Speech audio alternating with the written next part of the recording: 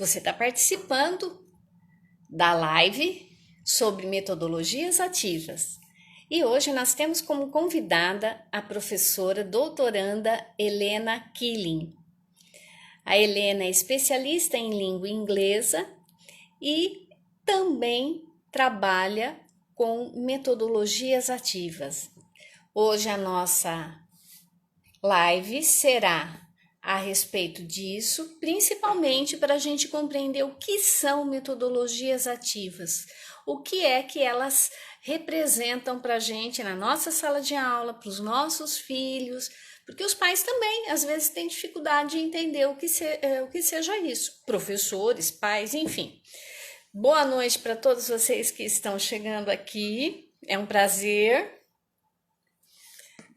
Com a melhor, né, Rejane, a Helena, é uma pessoa, assim, fantástica, uma gracinha de pessoa. Sejam todos bem-vindos, viu? E agora a gente tá aguardando a Paula, aguardando a Helena entrar nessa live. As metodologias ativas, né? Falando um pouquinho sobre o assunto, elas são instigantes, porque ela tira o professor do lugar comum, ela tira o professor da zona de conforto. E quando isso acontece, quem ganha é o aluno. Ah, a Helena já está aqui. Vai entrando. Thelma, Maísa. Oi, Helena. Olá, boa noite. Tudo bem com Tudo você? bem? Tudo Tudo, bem. tudo. Graças a Estão me Deus. ouvindo bem? Sim, sim. E eu também, tá me ouvindo bem? A Sim, imagem estou te tá ouvindo boa? bem. É. Aham. Olha, ela tá parecendo uma repórter, né? Olha como ela tá Ah, bonita. tá frio aqui hoje, Maria. Tá um dia Jura? tipicamente pelotense. Tá um dia assim, chovendo o dia todo, úmido e frio. Aqui dentro do meu escritório, onde eu tô, tá 27,7 graus. Nossa, E eu tô com o completamente ar-condicionado diferente. ligado. Tá muito quente, né? Mas tudo Aham. bem. Gente, hoje nós estamos aqui com a Helena Killing, tá certo, Helena, o nome? Tá certo, tá certo. Helena Killing. Helena Killing. A Helena Killing já é mestre, está fazendo doutorado na área específica com metodologias ativas, né? Em breve a gente vai ter uma belíssima tese aí para gente conhecer. Mas ela é uma pessoa que não para, então ela mandou um mini currículo e eu sei que esse mini currículo está impregnado de todas as oportunidades do mundo que ela teve e que ela foi aceitando, foi fazendo, foi assumindo esses desafios. É formada em letras, né? É professora de inglês, foi professora e orientadora pedagógica do IASIG. Aliás, no IASIG eu também fiz o curso de inglês, mas isso Ah, faz muito. sim. Ela é professora substituta do Instituto Federal, é isso, do Sul? Fui professora substituta no IFE. Foi.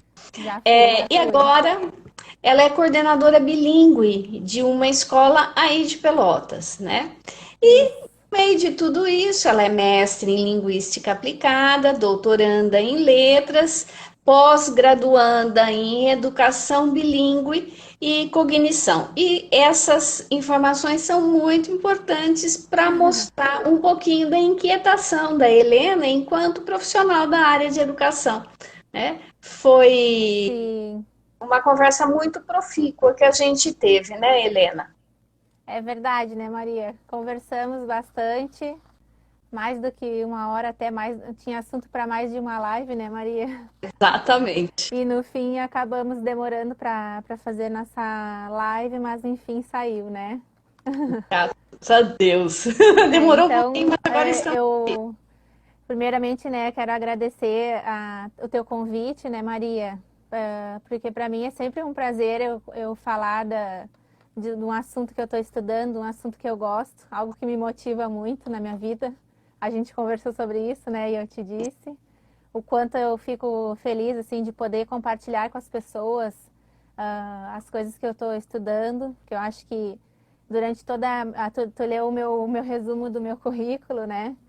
Então, durante toda a minha trajetória assim, docente, né, minha vida profissional, a minha vida acadêmica foi sempre interligada, né? Não fui uma pessoa que só fez estudos, no caso na academia, sem linkar isso com a realidade, né? Então é um prazer enorme para mim poder estar aqui, né? E Que agradecer a bom. presença das profs que estão aí, minhas profs queridas. É, Então, isso mesmo. é, então, né, Maria, hoje nós vamos falar sobre metodologias ativas. É um assunto assim que está muito em pauta, né, em questão de BNCC, em currículos mais modernos de ensino. E temos muito o que falar, né, Maria? Mas hoje, então, vai ser uma conversa bastante introdutória, que eu acho super importante da gente fazer, né, essa conversa, principalmente para quem nunca ouviu falar do assunto ou para quem está querendo trabalhar com metodologias ativas, né? Bem como a gente conversou anteriormente. É uma Certo? introdução, porque a gente precisa esclarecer, né, Helena? O que que, afinal de contas, é? O que é que tem de tão diferente para eu poder implementar na minha prática, né? Ou É, enquanto pai, né? O pai também precisa entender, porque ele não tem a obrigação de entender só porque fala, ah, mas a gente trabalha com metodologias ativas, né? Porque às vezes é de outra área, não tem obrigação nenhuma. exatamente.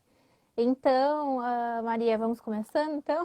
Sim, a palavra Então, é toda sua, Helena. Então tá. Então, claro, né? Eu falo assim, a Maria falou que eu sou da letras, da área da linguística, mas acabou que durante esses anos de pesquisa acabei também participando, né, de formações, de workshops com pessoas de outras áreas, né? Então hoje eu vou falar aqui de uma maneira bem abrangente, né? Não vou falar do específico para o ensino de línguas, né? Mas, gente, então, para começo de conversa, para a gente começar a falar de metodologias ativas, é importante dizer que metodologias ativas não são algo completamente novo, né? Elas vêm baseadas em teorias que nós já conhecemos, já usamos com uma nova roupagem, né? Uma nova cara nesse trabalho, um novo formato, né? Apresentando. Então, alguns pensadores que já traziam essa questão vai ser o Dewey, vai ser o Vygotsky e o próprio Paulo Freire mesmo, né? Aqui no Brasil, que é um grande representante da educação, né? Para a gente. E claro, né, pessoal, o momento é propício para se falar em metodologias ativas justamente pelo momento que nós estamos vivendo de ensino remoto, emergencial, que todos nós tivemos que, de alguma forma, abraçar a tecnologia nas nossas práticas, né?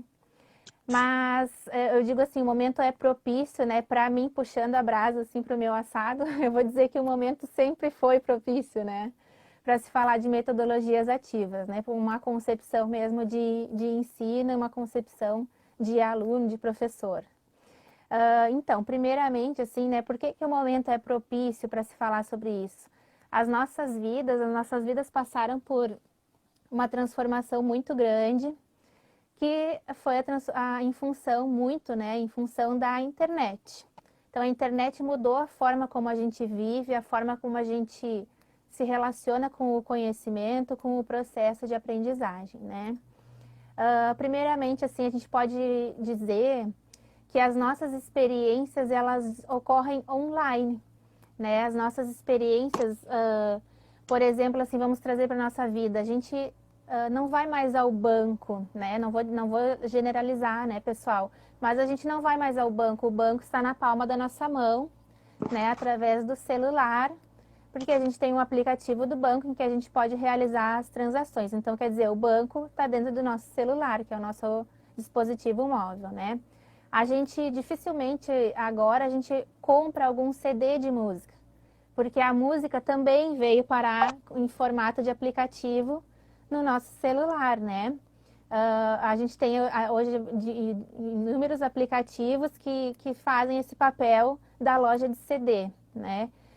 Notícias, nós também não vamos mais, são poucas as pessoas que ainda assinam e compram um jornal de papel, porque a gente tem aplicativos com notícias e notícias a todo momento, né? Inclusive nos trazendo informações sobre o mundo no momento em que acontecem. Então a gente não precisa mais esperar um jornal chegar na nossa porta, né, no dia de manhã. E nem esperar o Jornal Nacional, né? Como muito Exato, nem é a esperar. nossa referência.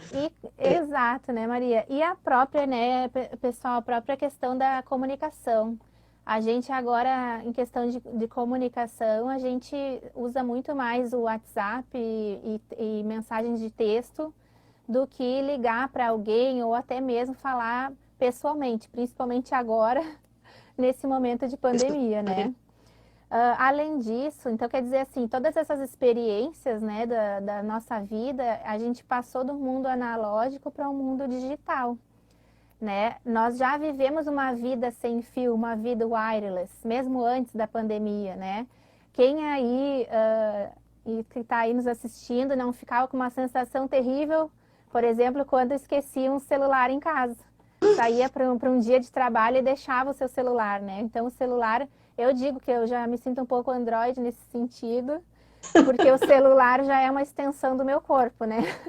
Para tudo a gente encontra uma facilidade ali que o celular pode nos trazer, né? Considerado a tecnologia mais inclusiva de todos os tempos, né? Existem também, em função da internet, possibilidades inúmeras de conexão que nós nem imaginaríamos antes. Por exemplo, eu estar aqui em Pelotas falando com a Maria de São Paulo e nós termos nos conhecido através da internet, né, através da Regiane, nossa colega, né, é uma possibilidade de conexão que só foi possível em função do advento da internet também. E nós podemos escolher as nossas próprias experiências, né? Então, isso é uma coisa bacana da gente pensar. Eu estou trazendo todo esse contexto de mundo, porque o nosso aluno, ele é um aluno que já nasceu nesse contexto de mundo, né? Então, nós podemos escolher as nossas próprias experiências. Nós não precisamos mais esperar por uma programação da televisão, por exemplo. Nós temos os streamings, o Netflix e todos esses outros canais, né, de streaming, que a gente pode escolher o que a gente quer assistir na hora que a gente quer assistir, né? E o nosso aluno sabe disso, o nosso aluno tem esse acesso também. E também, por último, né, e não menos importante, é a questão de nós sermos, né, sujeitos produzuários, né? Nós somos sujeitos que produzimos conteúdo na internet, seja tirar uma foto nossa com o nosso filho, com o nosso cachorro, com o prato de comida que a gente está comendo, né? E também nós consumimos conteúdo. Então, quer dizer, né, gente, que o aluno, hoje em dia, o aluno do século XXI é um aluno que espera participar das coisas, né? Espera também encontrar essa tecnologia de alguma forma no seu contexto de ensino, né? É isso mesmo. É isso aí, né, Maria? Para começo de conversa. Mas Você fala, sabe, Maria. só interrompendo um pouquinho, que as pessoas menos avisadas, quando elas leem a BNCC, logo na introdução da língua portuguesa, se fala a respeito da necessidade de trabalhar a produção dos tipos de texto, podcast, vídeo, Aham. vídeos, pequenos vídeos, mensagens de texto, porque isso já está sendo observado como algo que faz parte da língua. E são Exato. textos que são utilizados mostrando mais do que nunca como a língua é viva. E ela vai se apropriando dos recursos que os seres humanos vão produzindo. É exatamente, né? Então, o trabalho com os diversos gêneros textuais é algo que cada vez mais a gente tá vendo, né, surgir. São gêneros que são considerados, vamos dizer assim, mestiços, né, por serem de uma origem não tão intelectual, mas são gêneros que fazem parte do cotidiano, então precisam estar também presentes, né, dentro da sala de aula. A gente precisa entender esse mundo para, se a gente acha por algum motivo mais intelectual, ir além dele, né? Então a gente não pode negar o mundo que a gente vive, viver alheio ao mundo, né, que nós vivemos para trazer algo para dentro da sala de aula, né? Mas claro, né, pessoal, a gente está falando aqui muito da questão da tecnologia, né, trazendo esse exemplo de como a internet modificou as nossas vidas, né? Mas falar de metodologias ativas não é um sinônimo de falar de tecnologia, né? Para a gente ser um professor que utiliza metodologias ativas, nós nem precisamos, na verdade, trabalhar com tecnologia se não quisermos, né? A gente pode ser um professor que tem uma metodologia ativa na sua sala de aula, apesar da falta de recursos, né? Apesar da tecnologia em si, né? A metodologia ativa ela vai trazer uma certa concepção de ensino, né? Que nós vamos falar mais adiante, né, Maria? Estamos indo para esse caminho, né? Isso. Como Então, né, gente, vocês, claro, né, já devem agora, nesse momento de mundo que nós estamos vivendo, de Brasil, vocês devem estar ouvindo muito a questão, trabalhe metodologias ativas, aplique metodologias ativas, conheça metodologias ativas, como algo assim, né, um chamariz, com algo maravilhoso. Eu, claro, como sou pesquisadora da área, vou achar maravilhoso mesmo, porque eu trago o meu relato pessoal de quando eu comecei a utilizar metodologias ativas, foi um momento que me deu um gás enorme na minha carreira como docente, né? Eu já estava há um certo tempo, não vou dizer tantos anos, mas estava um bom tempo já trabalhando, dando aula, e de certa forma o ensino híbrido me trouxe uma possibilidade de olhar para aquela prática docente que me despertou muita atenção, né? Mas, né, Maria, como a gente conversou anteriormente, trabalhar com metodologias ativas gera uma certa desacomodação, né? Trabalhar com metodologias ativas nos obriga a, de certa forma, rever a nossa própria prática, né? E nem tira a gente da sempre zona de conforto. tira a gente completamente da zona de conforto, né? E nesse momento a gente está no momento que a gente mais saiu da zona de conforto obrigatoriamente falando, né? Com Eu sempre certeza. digo que talvez se antes já as escolas, instituições de ensino já olhassem mais para esse aspecto, não teria sido tão sofrido nesse momento de pandemia, né? Nesse momento de remoto. Mas então essa desacomodação que eu falei, né? Ela faz o professor reconhecer certos limites, né? E certas crenças dentro da própria prática pedagógica, né? Essa desacomodação não é só do professor também. O professor, sim, se fala muito, né, na questão do professor repensar o seu papel, né, dentro da sala de aula e realmente para trabalhar metodologias ativas é necessário, sim, repensar o seu papel. Mas o aluno também precisa assumir um papel diferente, né? O aluno precisa assumir esse papel mais central, esse papel mais ativo dentro da sala de aula, né? E uma certa responsabilidade maior pela sua própria trajetória de aprendizagem, né? Então, é uma desacomodação nos dois lados, né? Tanto de professores quanto de alunos, né? E E então, também não é fácil, né, Helena? que não é fácil, Não é não, fácil o não é aluno também fácil. se envolver, porque ele não está habituado a esse ritmo de aula, onde É, ele é solicitado. A gente enfrenta é, também algumas dificuldades. E é. assim, é interessante quando o professor percebe essa resistência do aluno, e como se o aluno fosse um repositório, né? E que conforme você fosse tendo ideias, ele fosse absorvendo ou então topando todas elas. Não, gente, ele É, também tem algumas concepções e ele está sendo retirado, assim como você, de uma zona de conforto e é preciso a compreensão desse processo e uma adaptação para isso. né, exatamente, né? Existe todo um processo, né, de adaptação de trabalho mesmo que vai para se encaminhar, né, para essas metodologias ativas, assim, que a gente vai até falando mais adiante também, né?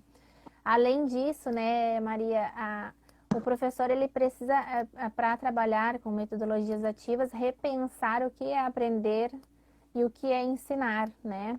Então, a trabalhar com metodologias ativas, não se pode ter uma concepção de que ensinar é transmitir conhecimento, né? A gente precisa passar disso que tu mesmo mencionaste, né? O aluno como um repositório de conteúdos, né? Então, essa concepção de ensino do aluno como um repositório, do professor como um transmissor de conhecimento, ela fazia mais sentido em um mundo em que o acesso à informação era limitado, era difícil, né? Enquanto a gente lá talvez tivesse que depender de uma enciclopédia, de uma Barça, talvez, né, para fazer algum trabalho, né?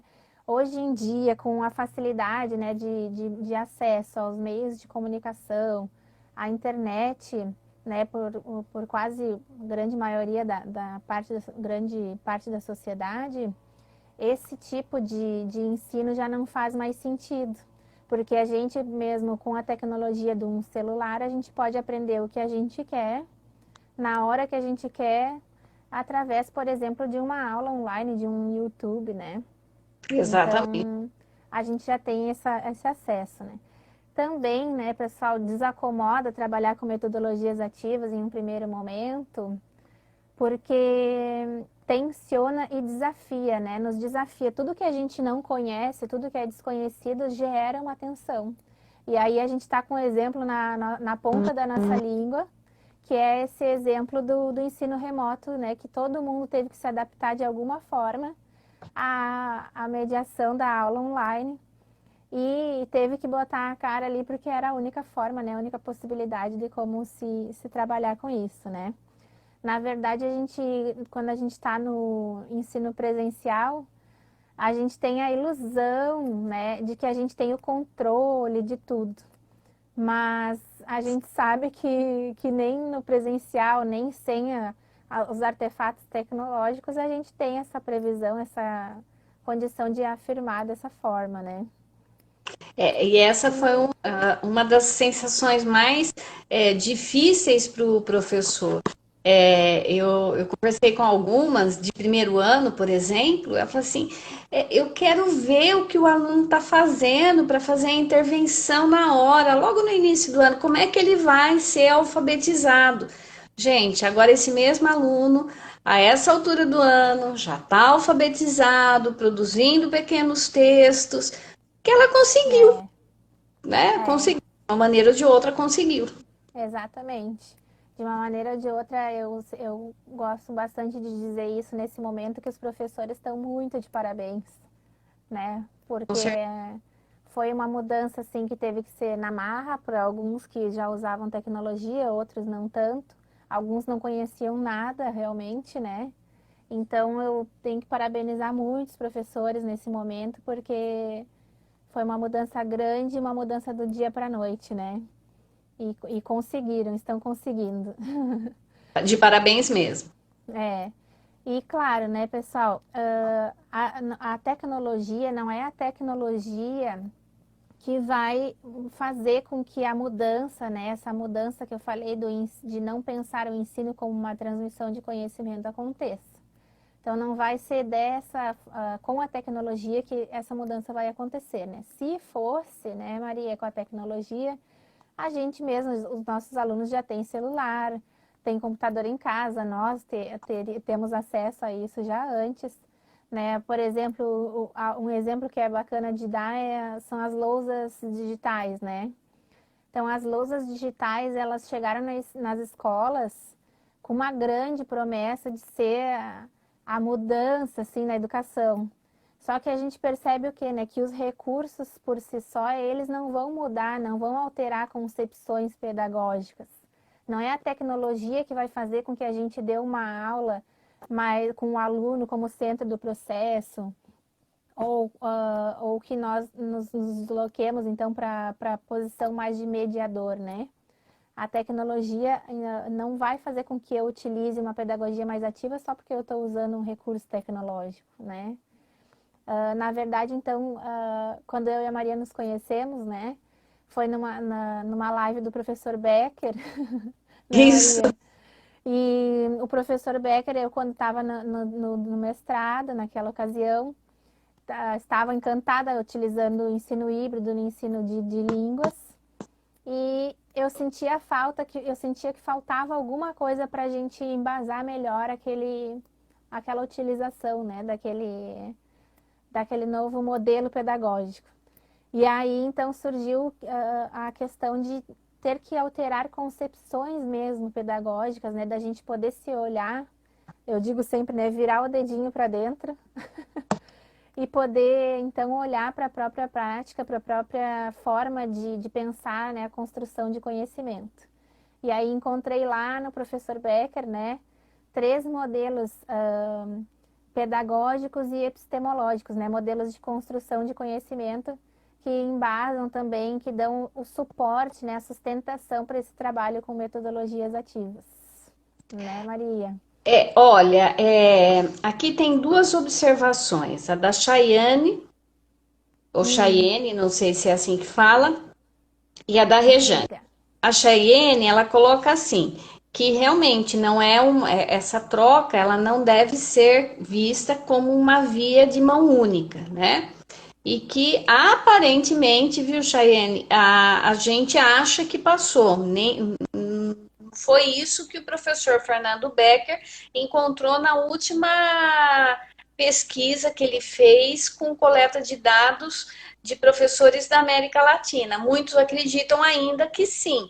O ensino-aprendizagem é uma via de mão única na qual o professor fala e o aluno escuta. É uma Infelizmente, aula palestra, né? A gente ainda vê muito mesmo aulas exato palestras, né? desse Eu jeito. fico pensando às vezes, né? O professor tem que gostar muito da própria voz para achar que ele falar por horas e horas vai ser bacana, né? Que Terrível, é né? Tem que ter cansativo, é uma autoestima cansativo. aí bem. Claro, a gente até, né, Maria, eu nunca gosto de pensar em termos opostos, né? As metodologias ativas, o ensino híbrido, ele não vem para dizer assim, o ensino tradicional tem que ser jogado no lixo, não presta. Não. O ensino tradicional tem o seu papel, né? E nos trouxe até aqui, de certa forma. Então, a gente não precisa, até o próprio Dewey, né? Ele falava isso, pensar em termos de opostos. A gente pode encontrar um meio termo, um meio do caminho para começar a inovar, né? Práticas pedagógicas mesmo. Equilíbrio, né? Então, um equilíbrio, né? Nem só a aula expositiva completamente, né? E também nem só, também a outra concepção errada do professor também dizer, o aluno é o centro do processo, né? Nas metodologias ativas. Então, às vezes, esse professor, ele joga tudo para o aluno e acha que está sendo uma metodologia ativa. Então, não é isso também, né? O professor não pode abnegar, então, a sua posição de ensinar, né? Ele não vai... na verdade, a posição do professor nesse momento se reveste de uma importância, porque é ele que vai dar aquela delimitação do caminho, né? E vai ter uma mediação muito significativa nesse processo de aprendizagem com metodologias ativas. Bom, inclusive, essa concepção né, tudo o aluno, foi uma concepção errônea que muito comprometeu a aprendizagem dos alunos na década de 80, quando se falava no construtivismo que a criança constrói o seu conhecimento sozinha. Ela constrói o seu Verdade. conhecimento, mas não sozinha. Ela Exatamente. precisa do papel do adulto aí. E com esse comentário que você fez, mas esse eu quero colocar mais 2 coisas para a Chayenne e para a Rejane, porque a própria Chayenne coloca, desde que, né, o professor esteja disposto a crescer junto com o aluno. E a Rejane também faz a pergunta se as metodologias ativas, elas são momentâneas ou elas vão continuar a crescer. E a Luciana, ela comenta o seguinte, que esse mal, né, a pandemia, ela abriu os olhos para muita coisa e ela coloca que ela não voltará para a sala de aula da mesma forma. E penso que os alunos também não. Então, Exatamente. vamos pensar só no professor. E quando a Helena começou a falar das três concepções sobre ensino que o professor tem. Ah, então. Gente, né? Você vai falar sobre isso, não vai? Vou falar sim, vou falar Tá, sim. não vou falar. Eu só quero colocar o seguinte, Tá. que a questão da metodologia ativa, não, ela não vai morrer. Mas de quem Não. depende dela se manter cada vez mais ativa e fazendo a diferença no aluno. Agora vem a explicação da Rejane e vocês vão entender essa minha colocação, tá bom? Uhum. Isso mesmo. Então, né, o professor Becker, ele coloca, assim, três modelos, então, pedagógicos e modelos epistemológicos, né, que vão perpassar, assim, o formato de professor, né, o formato, digo, as crenças mesmo Concepção dele. docentes, né. A gente pode pensar assim, né, gente, o quanto é difícil a gente exigir. Eu agora estou trabalhando muito com formação de professores, né, inclusive fazendo projeto nesse momento, né, com relação a isso. O quanto é difícil a gente exigir de um professor algo que ele nunca teve durante a sua experiência enquanto aluno, né, na sua vida. Então, ele passou ali no mínimo 9 ou 12 anos da sua vida tendo aulas expositivas. Por mais que o professor concorde que não é dessa forma que deve ser o ensino, é muito difícil romper com essa barreira quando a gente não reflete sobre isso, quando a gente não constrói, né, não desenvolve esse pensamento, né? Então, o professor Becker, ele traz três tipos de pedagogia. A primeira, né, eu vou falar em linhas bem gerais, né, Maria, para não ficar chato aqui nosso assunto. Ele traz a pedagogia diretiva e a epistemologia empirista. Esse professor, nessa pedagogia diretiva, nessa epistemologia empirista, ele vai acreditar no mito da transmissão de conhecimento. Esse professor, então, ele vai achar assim, eu ensino, o aluno aprende. E ele vai acreditar que seu aluno é uma tábula rasa, uma folha em branco, é um ser que não construiu nada, nenhum percurso de conhecimento até o momento que entrou e pisou na sua sala de aula, né? Então, qual é o produto, né, de um professor que acredita numa concepção assim? É um aluno que aprendeu a obedecer, ele não exerce a sua cidadania de forma tão plena, porque ele nunca conseguiu argumentar, né, e refletir sobre o direito de pensar. Então, esse é o produto dessa pedagogia, né, diretiva. Depois, o professor Becker, ele vai trazer a pedagogia não diretiva e a epistemologia a priorista. Daí, o próprio nome já diz, né, a priorista. Então, quer dizer que, a priori, já vem tudo que o aluno precisa saber dentro da sua carga genética. Então, esse professor, ele acha, assim, que o aluno aprende por si mesmo, né? E que ensinar o aluno pode prejudicar, no caso, o seu desenvolvimento. Então, esse professor, ele envolve, né? Envolve o seu próprio aluno em um pseudo processo educacional, né? Que, com certeza, existe uma grande possibilidade de fracasso de ambos os lados, Isso. né? E, claro, esse professor da pedagogia não diretiva e epistemologia priorista, ele é muito perigoso, principalmente naquelas situações de vulnerabilidade social, né, em que o aluno não tem no seu meio, né, não tem na sua família, condições de desenvolvimento intelectual, desenvolvimento pedagógico, né? Então, imagina aquele aluno que, por exemplo, vai para a escola porque ele precisa comer, né? Então, imagina o quanto um professor que acredita que tudo vem do aluno, tudo já está dado e ele não precisa intervir tanto nesse processo, o quanto ele pode prejudicar, né, um aluno dessa forma, né? Mesmo porque ele nunca vai acreditar que esse aluno É, seja capaz de aprender, de ir para uma universidade pública, porque ele está na escola pública, porque é ruim, enfim, é, ele está fadado ao fracasso, coisa que não é verdade. exatamente, exatamente. Então, esses dois primeiros modelos de pedagogia e epistemologia, né, eles têm em comum o quê? A passividade do aluno, né? Esses dois primeiros modelos, eles vão enxergar o aluno como um ser passivo dentro da sala de aula.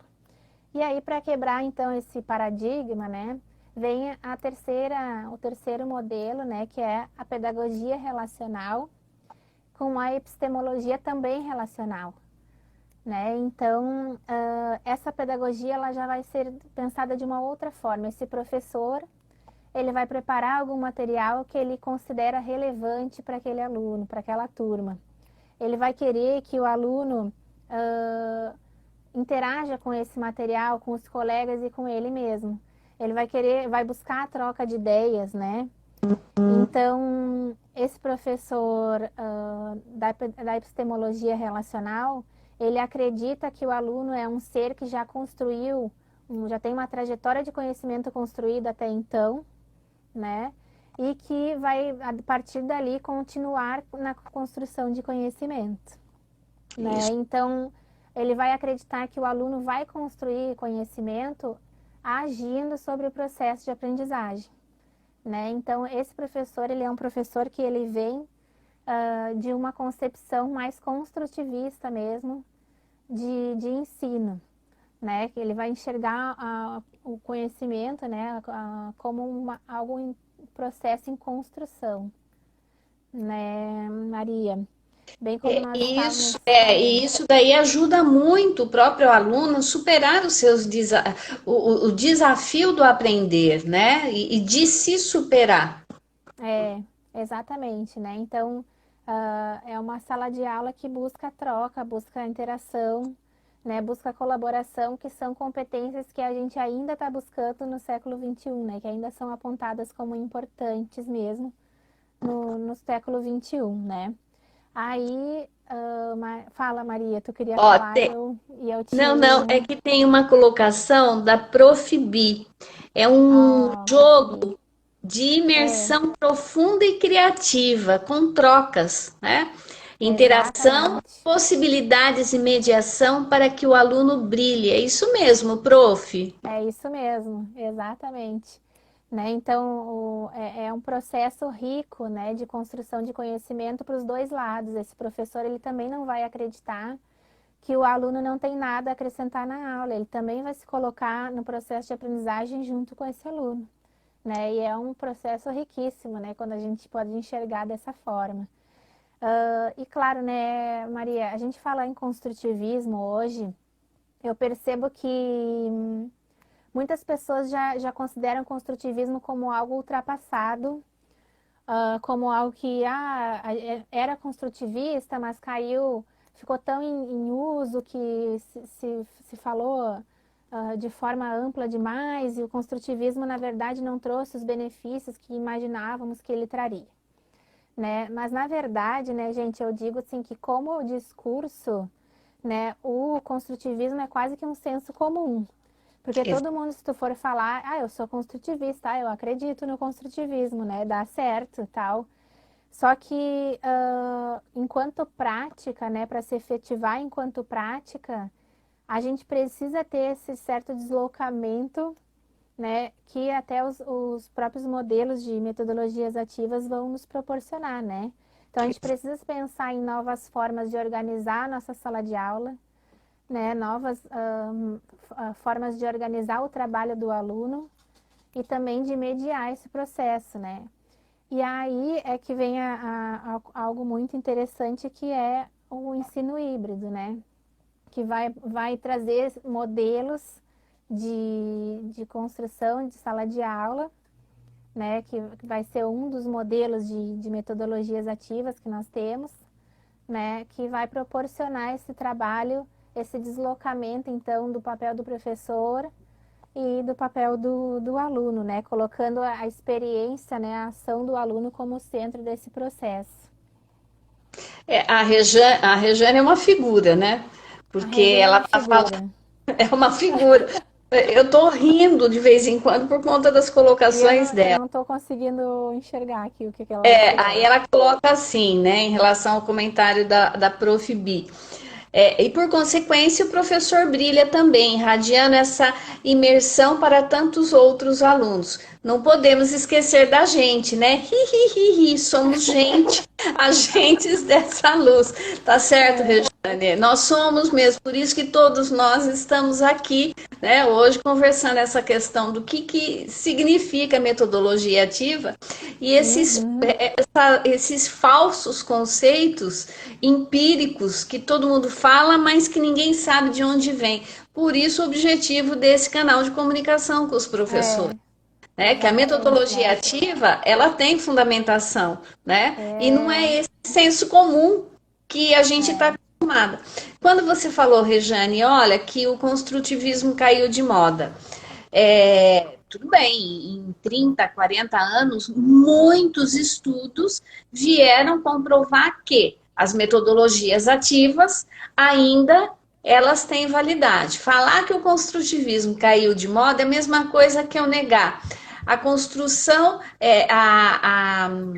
a genialidade do Freud, do Sócrates, Platão e tantos outros, do Marx, uhum, tantos é, outros pensadores, filósofos, sociólogos que contribuíram imensamente, mas que mudou muita coisa, outros estudos foram feitos, mas a base da teoria deles está ali. Então, gente, você exatamente. assim, é uma explicação tão simplória, mas nem simplista, simplória, que a gente É. precisa efetivamente ir atrás desse conhecimento. É, exatamente, né? Então, claro que como senso comum, olha, eu sou construtivista, eu penso no meu aluno como um ser pensante, alguém que vai me ajudar nesse processo de construção. Mas aí chega lá e dá uma aula expositiva, né? Uma palestra, uma manhã inteira pro aluno ali, sem o aluno abrir a boca, né? Ouvindo só a própria voz do professor, né?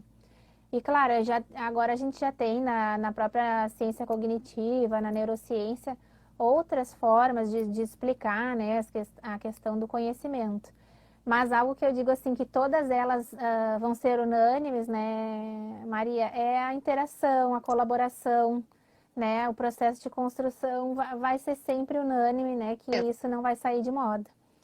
E e ainda falando, né, de metodologias ativas, então a gente tem algumas características centrais desse, desse trabalho, né, que seria, então, claro, a primeira e a que a gente mais ouve falar é o aluno como um centro do processo, né, então realmente a gente tem que sim pensar no nosso planejamento pedagógico, quando falando com metodologias ativas, é sim colocar a ação desse aluno como um fator essencial desse processo, né? Eu, nas minhas pesquisas, encontrei coisas interessantíssimas, né, com professores em formação, que foi a questão de um professor novo, né, ainda construindo, né, essa carreira, trabalhar, por exemplo, na língua inglesa, né, na língua, trabalhando ensino de gramática, bem estrutural, bem palestrinha mesmo, né? E aí a gente aplicar alguns modelos de ensino híbrido e necessariamente, né, nesse momento, o professor conseguir fazer, passar esse centro da sala de aula para o aluno, né? Então, isso é muito interessante, porque mesmo que a tua concepção não seja ainda de um professor tão relacional, de uma pedagogia relacional, quando utilizando, né, os modelos de ensino híbrido, acaba que sim, a gente enxerga esse professor fazendo esse papel mais de transferindo esse conhecimento, né, esse poder, assim, para o aluno, né. Outra coisa que é unânime, assim, que a gente percebe mesmo que não seja um dos objetivos do professor, é o desenvolvimento da autonomia, né? Então, sim, sempre em todos os modelos de metodologias ativas, todos os modelos de ensino híbrido que a gente tem, que a gente pode pensar, a autonomia do aluno é desenvolvida, porque além do nosso conteúdo, seja qual for a disciplina, a gente percebe que sim, o aluno tem que lidar com uma demanda cognitiva maior do que apenas, né, absorver aquele conteúdo ou responder questões sobre aquele conteúdo. É Então, isso. o aluno desenvolve mesmo a sua autonomia, né? Outro fator importante, né, pessoal, é o desenvolvimento da problematização e reflexão sobre a realidade. Então, sempre tem algum fator de tu planejar a tua aula para o público que tu estás, no local que tu estás, né, e fazer o aluno pensar sobre o mundo que ele vive, né? Então, isso é muito bacana. A relação de troca que se estabelece entre os alunos, porque sim, é um fator fundamental de que os alunos trabalhem juntos, trabalhem em equipe, aprendam a ouvir o colega, a debater as divergências, né, de pensamento. E, claro, o papel desse professor, que daí vai ser um professor mais mediador, né? Vai mediar esse processo de aprendizagem. E isso não quer dizer que o professor vai perder a sua importância, não. O professor vai ter uma importância fundamental, né? Mas um papel mais horizontal, né? Uma hierarquia mais horizontal dentro da sala de aula, né? Ele precisa, sim, planejar e planejar muito bem quando vai usar metodologias ativas. A gente também acha que vai ser mais fácil, porque eu vou dar para o meu aluno fazer, e não. Ele precisa de um planejamento bem rigoroso para construir essa interação, né? Não, eu não vou falar porque faltam 13 minutos, eu vou ficar quietinha. Passa rápido, passa rápido. Passa. Então, né, pessoal, tem muitas definições de metodologias ativas, muitas, né? Mas uma que eu achei sensacional pela simplicidade e também pela por toda que ela traz, né, dentro dela, é da professora Rosane Aragon, da URGS, que ela vai falar, então, que metodologias ativas são propostas pedagógicas que visam criar situações de aprendizagem. Para mim, ela define com uma simplicidade e maestria, né, o que são metodologias ativas, que é isso, né? É criar situações de aprendizagem, é a gente passar, então, o bastão do centro da sala de aula para o nosso aluno, né? E nos obriga, assim, necessariamente a deslocar o nosso olhar da nossa ação docente para olhar também a pessoa que é fundamental nesse processo, que é o motivo pelo qual nós somos docentes, que é o aluno, né? É isso. Então, é muito legal, né, a gente perceber isso.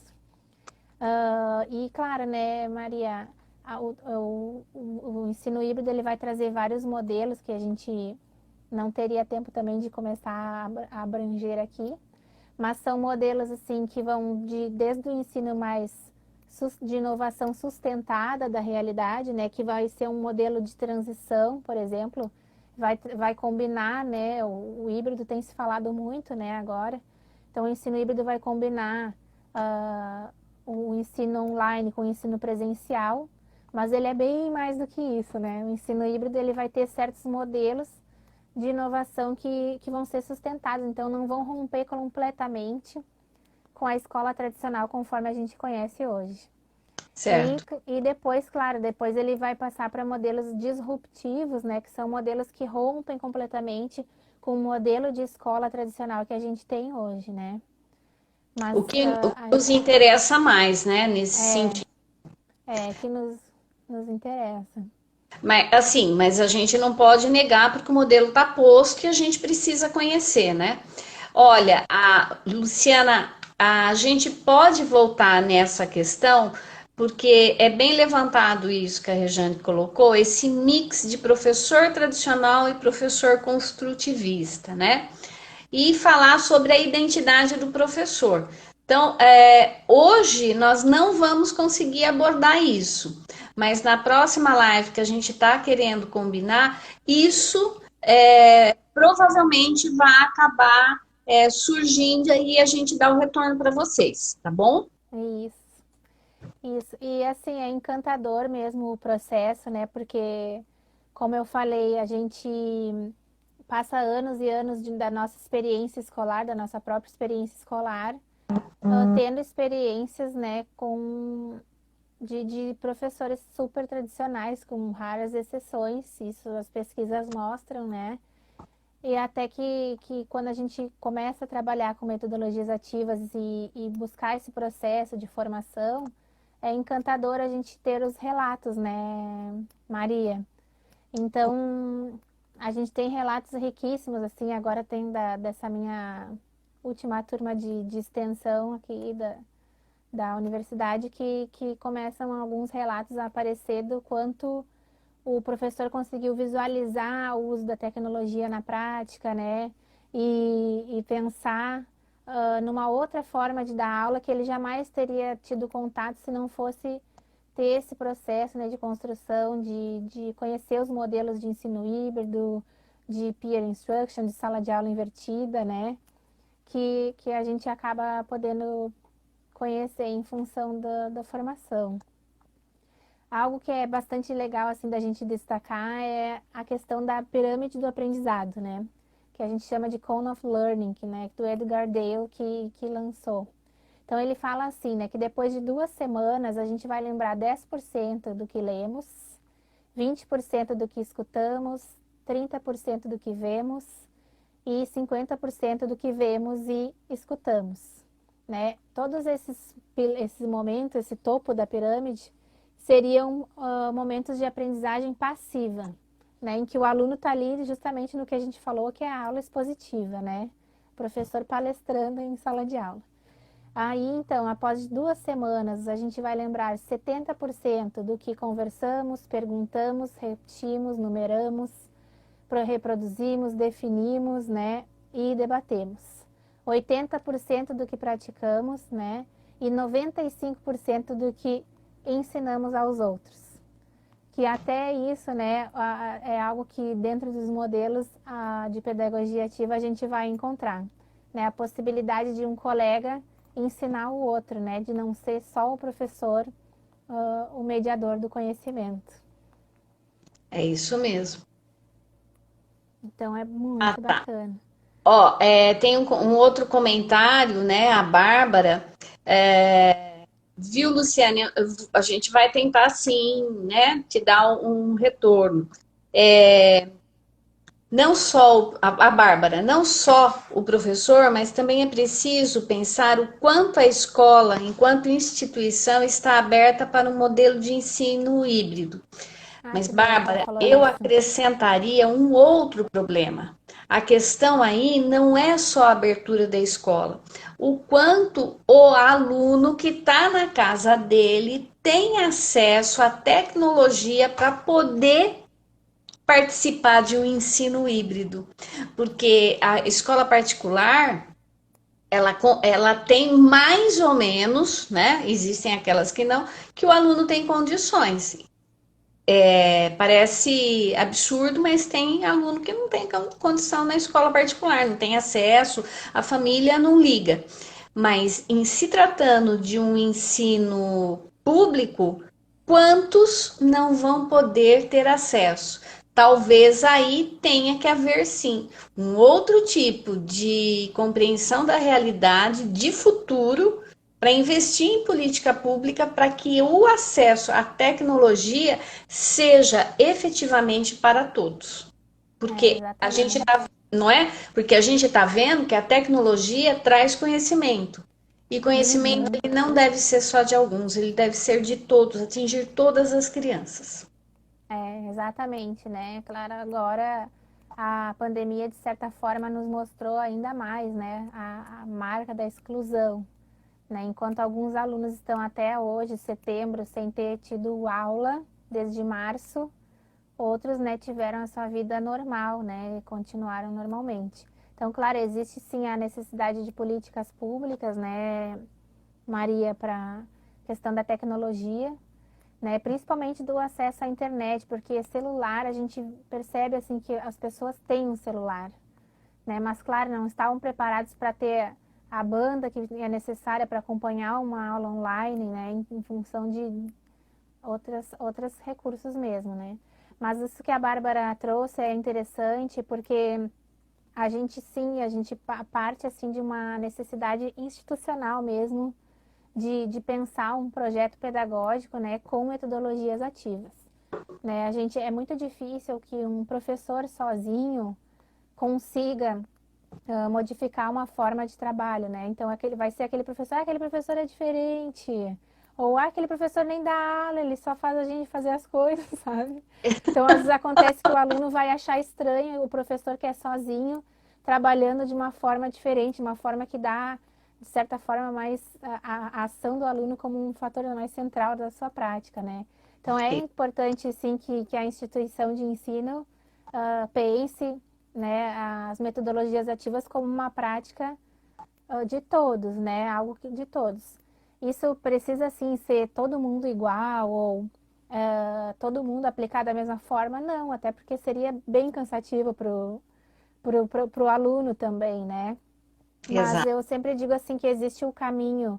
Até o próprio professor Moran, que é um professor que trabalha muito com questão de metodologias ativas no Brasil, ele vai dizer, né, que existem dois caminhos. Um mais brando, em que a gente começa com uma aprendizagem baseada em projetos, a gente começa a utilizar alguma plataforma online que vai mediando, né, essa aprendizagem em casa e presencial. E outro, né, que é mais rigoroso, que daí já muda mesmo de cima para baixo, né? Mas que não é de todo o que eu concordo, né? Eu concordo numa mudança mais branda para que passe por dentro, né? Para que o professor mude a sua forma de atuação, né? Precisa se haver uma conversa com o professor e ele precisa acreditar, né, que é uma forma diferente de trabalhar, né, Isso mesmo. de construir esse processo pedagógico junto do aluno.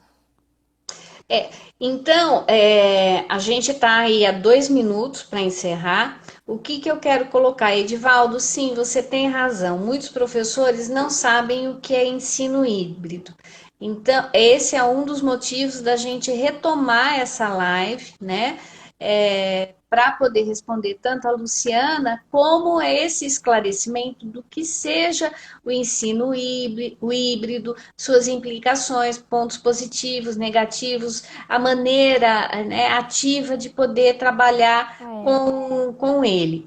É, a gente traz essa questão da tecnologia, ela vai ter que virar uma política pública, porque a realidade está impulsionando por isso, para isso, e a gente vai, como diz você, Rejane, a gente vai brilhar. a gente vai brilhar. Uma hora E passa super rápido, eu só tenho a é, agradecer a você, Helena, e com certeza a próxima live já vai ser marcada, tá, pessoal?